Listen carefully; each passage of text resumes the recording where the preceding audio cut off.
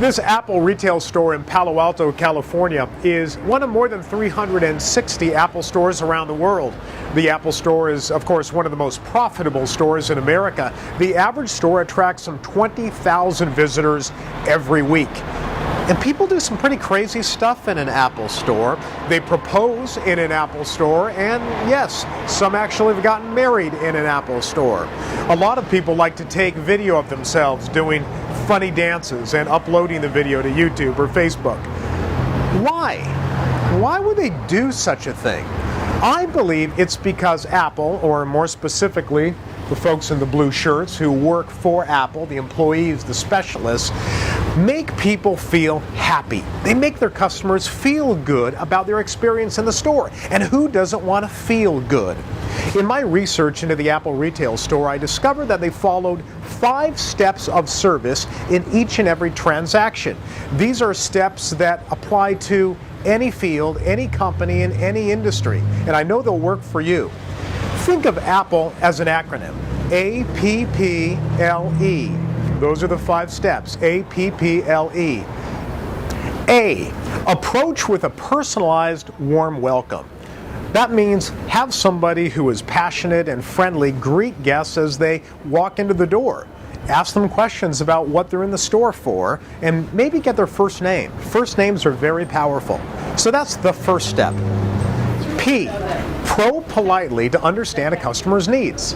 That means ask a series of closed and open-ended questions to best match the product with the customer. Not to sell the customer the most expensive product, but the best product to match their needs.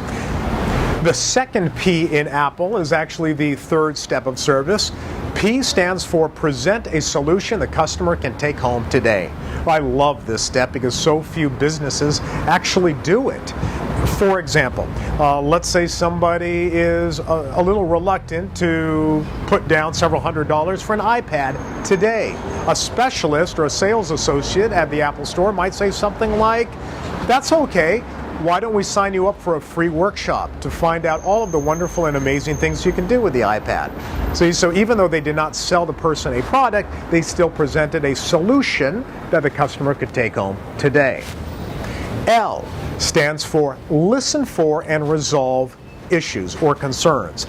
This step again is very important, and I really believe that it makes a difference if the specialist or salesperson is a little bit more experienced with the sales process. But when it works, it's very effective and very powerful.